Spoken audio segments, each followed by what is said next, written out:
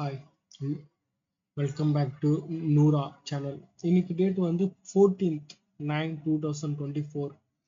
இன்னைக்கு நான் என்ன அப்டேட் பண்ண போறேன்னா as usual இன்னைக்கு என்னென்ன நடந்ததோ அதெல்லாம் நான் அப்டேட் பண்ண போறேன். இன்னைக்கு as usual காலையில ஏந்தேன். இன்னைக்கும் கொஞ்சம் லேட்டாக தான் ஏந்தேன். கிட்டத்தட்ட ஒரு 10 மணிக்கு தான் ஏந்தேன். ஏன்னா 7 மணிக்கு ஏந்துக்கலாம்னு நினைச்சேன், ஆனால் ஏந்துக்க முடியல.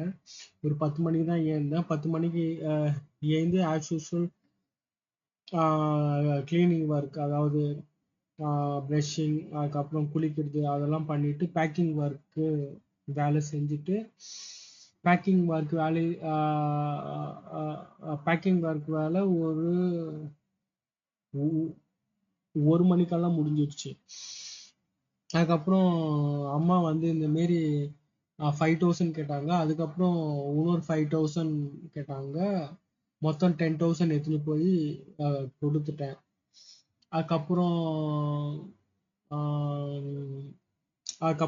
நான் என்னோட பிரதர் மேரேஜுக்கு 1,50,000 கொடுத்துருந்தேன். அதை பற்றி திங்க் பண்ணியிருந்தேன். அது நம்மளுக்கு எப்போ கிடைக்கும், அது நம்மளுக்கு இப்போ கிடைச்சா கொஞ்சம் சீக்கிரம் கிடைச்சா அது உள்ள பயனுள்ளதாக இருக்குமே. அது நம்ம கொஞ்சம் ஹார்ட் ஒர்க் பண்ணி சேர்த்து வச்ச மணி.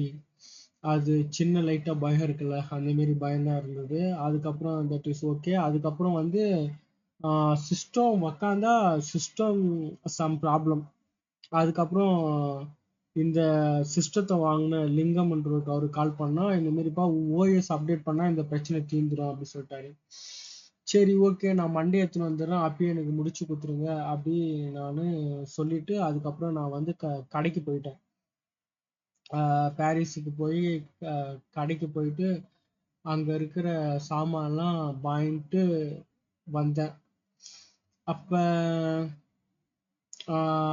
இப்போ நான் கரெக்டாக ரெகுலராக ஒரு இடத்துல போய் ப்ராடக்ட் எல்லாம் வாங்குவேன். அந்த ப்ராடக்ட்ல ராஜேஷ்னு ஒருத்தர் வேலை செய்வார், ராஜின்னு.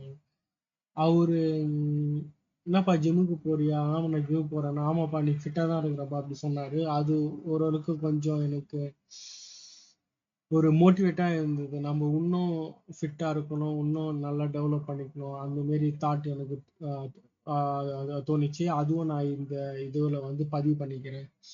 அதுக்கப்புறம் வந்து அது கரெக்டா அது வந்துட்டு சரி நம்ம பயனுள்ள விஷயம் பண்ணலான்ட்டு அமேசான் பில்லெல்லாம் ஜென்ரேட் பண்ண ஆரம்பிச்சேன். அதுக்கப்புறம் சித்திக்கிட்ட இருந்து கால் வந்து இந்த மாரி மாத்திரை வாங்கணுன்ட்டு. சரி உடனே போய் சைக்கிள் எடுத்துட்டு மாத்திரை வாங்க அந்த டாக்டர் கிட்ட போய் அவங்க டாக்டர் எப்போ மேரேஜ் அதெல்லாம் கேட்டாங்க. அதெல்லாம் பேசிட்டு மாத்திரை வாங்கிட்டு சைக்கிள் விட்டுட்டேன். எப்பவுமே வந்து என்னோட பிகாஸ் எலக்ட்ரிக் ஸ்கூட்டர் வந்து ஒரு சைட்ல விடுவேன். அது ரொம்ப சிக்கலா இருக்குன்றதுனால இப்ப வந்து புது பிளேஸ்ல நான் விட்டுருக்கேன். அந்த சேஞ்சு கரெக்டா இன்னைக்கு தான் நடந்தது. அதுவும் நான் பதிவு பண்ணிக்கிறேன். அதுக்கப்புறம் வந்து ஆஸ் யூஷுவல் கரெக்டா எக்ஸசைஸ் எல்லாம் பண்ணேன். பட் எக்ஸசைஸ் பண்ணும்போது சில பாட்டெல்லாம் கேட்கும்போது ரொம்ப இதுவா இருந்தது. அதுல ஒரு பாட்டு வந்து எனக்கு இப்ப ஞாபகம் வரலையே. ஸோ ஓகே, அதுக்கப்புறம் எக்ஸசைஸ் முடிஞ்சுட்டு பன்பட்டி ஜாம் அப்பா வாங்கி கொடுத்தாரு. அது வாங்கி சாப்பிட்டுட்டு ஒரு சில கண்டென்ட் பார்த்தேன். சுதர்சன் கணபதின்ற ஒரு கண்டென்ட். அந்த கண்டென்ட்ல சஃபரிங் தான் நம்மளோட growthக்கு வந்து காரணம் அந்த மாரி சொல்லியிருந்தாரு. அதுவும் எனக்கு டேக் அவேவா இருந்தது. அதுல என்ன விஷயம் சொன்னாருன்னா, அவரு NVIDIA ஃபவுண்டர் வந்து அவர் எப்படி அவரோட வாழ்க்கையை ஆரம்பிச்சிருக்கிறாரு இது வந்து அவர் தான் சொன்னது. அவர் வந்து தட்டு கேவுறதுல இருந்து படிப்படியா NVIDIAவை வந்து ஃபவுண்டர் பண்ணி இன்னைக்கு 30 வருஷமா அந்த கம்பெனில வந்து சிஓவா இருக்கிறாரு. அவர் வாழ்க்கையில அவர் வந்து லாட் ஆஃப் ஸ்ட்ரகிள் அவர் வந்து பட்டிருப்பாரு. அதெல்லாம் தாண்டி தான் இப்போ வந்து அவரு கரெக்டா வந்திருக்கிறாரு. அதே மாரி ஒரு அவரு லாஸ்டா அந்த மீட்டிங் முடிக்கும் போது அவர் வந்து சொன்னாராம், இந்த மாரி நான் உங்களுக்கு வந்து பெஸ்ட் விஷஸ் சொல்றேன். ஆனா உங்களுக்கு வந்து லைஃப்ல சஃபரிங் இருந்தாதான் நீங்க லைஃப்ல வந்து வளர முடியும். அந்த மாரி ஏதோ ஒரு சொல்லி அவர் அந்த இன்டர்வியூ வந்து முடிச்சிருக்கிறாரு. அதுக்கப்புறம் இன்னொரு கதை சொன்னாரு. இதுவும் அவர்தான் சொன்னது. அந்த சுதர்சன் கணபதி தான் சொன்னாரு. அவர் என்ன சொன்னாருன்னா, அந்த கேரக்டர் நேம் தெரியல. அவருக்கு வந்து ஒரு சாபம் ஒண்ணு கொடுத்துருக்குறாங்க. அது என்ன சாபம்னா, ஒரு மலை கீழே இருந்து ஒரு பெரிய கல்ல உருட்டி உருட்டி மேல எடுத்துட்டு போனோம். திருப்பி ஃபர்ஸ்ட்ல இருந்து அதே வேலை. திருப்பி அந்த மலை கல்லு இருக்கும், பெரிய கல்லு. அந்த கல்லை உருட்டி உருட்டி மேல எடுத்துட்டு போய்க்கணும். அது ரொம்ப கஷ்டமா இருக்கும். பட் அவருக்கு வந்து இந்த மாதிரி ஒரு சாபம் கொடுத்துட்டு அவங்க வந்து போயிட்டாங்க. ஆனா இந்த வேலையை அவர் செஞ்சு செஞ்சு ஒரு குறிப்பிட்ட நாளுக்கு பிறகு அவரு வந்து பட் இந்த வேலையை வந்து சந்தோஷமா செய்யப்பட்ட ஆரம்பிச்சிட்டாரு. அது எப்படின்னா, அந்த அந்த சாபம் விட்டாங்கல்ல, அந்த காட்ஸ் 2 பேரும் வந்து பார்த்து பேசிக்கிறாங்க. ஆனா நம்மளுக்கு இவனுக்கு ஆஹ் இந்த மாரி சாபம் விட்டு கூட அவன் ஜாலியா சந்தோஷமா இருக்கிறான்னுட்டு அவங்க கரெக்டா நினைச்சிருக்கிறாங்க. உடனே அந்த அவரை பார்த்து கேட்டிருக்கிறாங்க, என்னப்பா நாங்க சாபம் விட்டுக்கிறோம், நீ பாட்டுன்னு ஹாப்பியா சந்தோஷமா இருக்கிறாங்கன்னு கேட்டிருக்கிறாங்க. அதுக்கு அவரு வந்து சொல்லியிருக்கிறாரு, இல்ல எனக்கு வந்து ஒரு வாழ்க்கையில வந்து ஒரு பர்பஸ் வந்து கிடைச்சிருச்சு. பர்பஸ் வந்து இப்போ பட் கரெக்டா எனக்கு வந்து வாழ்க்கையில வந்து பர்பஸ் வந்து கிடைச்சிடுச்சு. பர்பஸ் வாழ்க்கையோட பர்பஸ் வந்து எனக்கு கிடைச்சிடுச்சு. அதனால நான் ஹாப்பியா இருக்கிறேன்.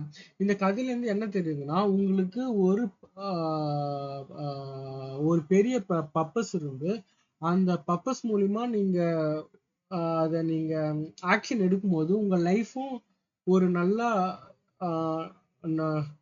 நல்லபடியா இருக்கும். உங்க லைஃப்பும் வந்து growth ஆகும். அதுதான் அந்த கதையில சொல்றாங்க. அதுக்கப்புறம் வந்து அவர் என்ன சொல்றாருன்னா, நீங்க உங்களுக்கு எந்த சஃபரிங்கும் இல்லைன்னா நீங்க வளரவே முடியாதுன்னு சொல்றாரு. பட் அதுக்கப்புறம் வந்து அவர் என்ன சொல்றாருன்னா, ஆஹ் உங்களுக்கு லைஃப்ல ஏதாவது முக்கியமான தேவை ஒரு பெரிய கோலா இருந்ததுன்னா அந்த கோலை அந்த பட் அந்த விஷயத்தை நீங்க எடுத்துக்கிட்டு அதை அடைய நீங்க என்னென்னலாம் சஃபர் பண்றீங்களோ அதுதான் உன்னோட பர்பஸ். அந்த மாரி அவர் வந்து சொல்றாரு. இது எனக்கு ஒரு மிகப்பெரிய டேக்கவா இருந்தது. ஏன்னா நானும் சில சஃபரிங் எல்லாம் எனக்கு அனுபவம் இருக்கு. அப்பெல்லாம் எதுக்கு நம்ம இப்படி பண்றோம் ஒரு சின்ன இது தோணும். ஆனா அந்த சஃபரிங் பண்ணதுனால நான் இன்னைக்கு இந்த அளவுக்கு ஓரளவுக்காவது ஒரு சின்னதா இருக்கு அந்த திங்க் வந்துருது. அதனால நான் இனிமேட்டு எனக்கு வந்து சஃபரிங் வரும்போதெல்லாம் நான் அது மாதிரி திங்க் பண்ண மாட்டேன்னு தான் நினைக்கிறேன். ஏன்னா எனக்கு இது இப்ப தெரிஞ்சிச்சு. ஏன்னா நான் இப்போ வந்து சஃபர் பண்றேன்னா நான் லைஃப்ல வந்து கரெக்டா வளர போறேன்னு தான் அதோட இண்டிகேஷன், அறிகுறி. அதனால எனக்கு அது ஒரு டேக் அவே. ரெண்டாவது ரெண்டாவது டேக் வந்து இந்த பணக்கார பசங்க வந்து அவங்களுக்கு ஆல்ரெடி வீட்டுல எல்லாரும் பணக்காரங்களா இருக்கிறதுனால அவங்க என்னென்ன பழக்க வழக்கம் அந்த சைல்டுக்கு ஆட்டோமேட்டிக்கா வந்துடும். அதனால அவங்க ஆட்டோமேட்டிக்கா பணக்காரர் ஆயிடுவாங்க. இதுவே ஒரு கிராமத்து பையன் சொல்ல முடியாது, ஒரு ஃபினான்சியல் ரீதியா கஷ்டப்படுற பையனுக்கு அவன் வீட்டுல ஃபினான்ஸ் ரீதியா கஷ்டப்படுறத பார்த்து பார்த்து அவனுக்கும் ஒரு எண்ணம் தோணிருந்தோம், நம்மள வந்து பணம் சம்பாதிக்கிறது ரொம்ப கஷ்டம், இதுதான் நார்மல் போல, நம்ம எப்பவுமே கஷ்டப்பட்டு இருக்கணும். அந்த மாதிரி அவன் நம்பி நம்பி அவனோட மைண்ட் செட்டை நம்ப வைக்கிறதுனால அவனோட லைஃபும் அந்த மாதிரி தான் இருக்கும். அது ஒரு டேக் அவே. இப்போ வந்து நான் வந்து கரெக்டா ஒரு middle class, lower middle class சொல்லலாம், அந்த மாதிரி ஃபேமிலியில பிறந்தவங்க தான். எங்க வீட்டிலயும் எங்க ஃபேமிலிலயும் நிறைய பேருக்கு வந்து பண கஷ்டம் இருக்கும். அதை பார்த்து பார்த்து நான் வளர்ந்து பணம்னா அப்படி இருக்கும் தான் நான் வந்து திங்க் பண்ணியிருக்கிறேன். ஆனா இப்போ வந்து எனக்கு இன்டர்நெட், யூடியூப் இதெல்லாம் இருக்கு. இது மூலியமா வரேன்.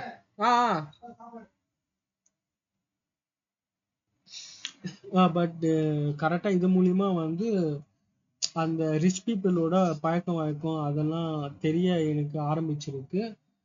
பட் அது மூலியமா நம்ம கரெக்டா வளர்த்துக்கலாம். அது ஒரு டேக்அவே. அதுக்கப்புறம் ரெண்டும்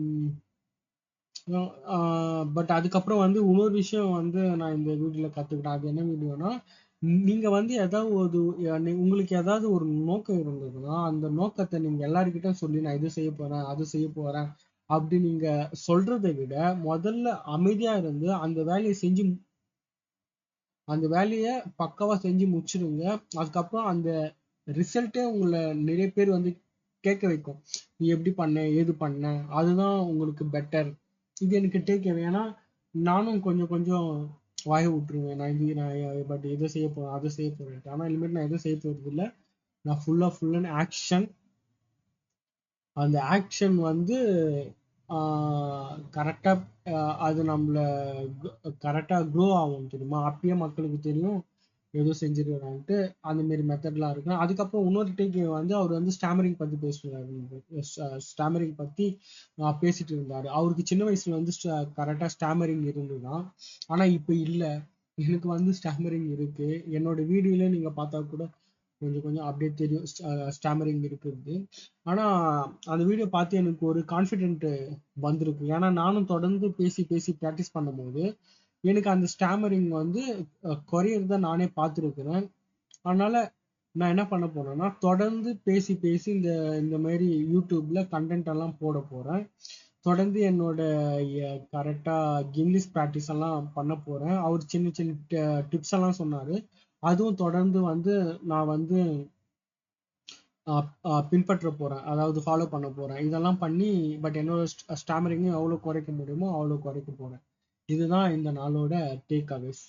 தேங்க்யூ.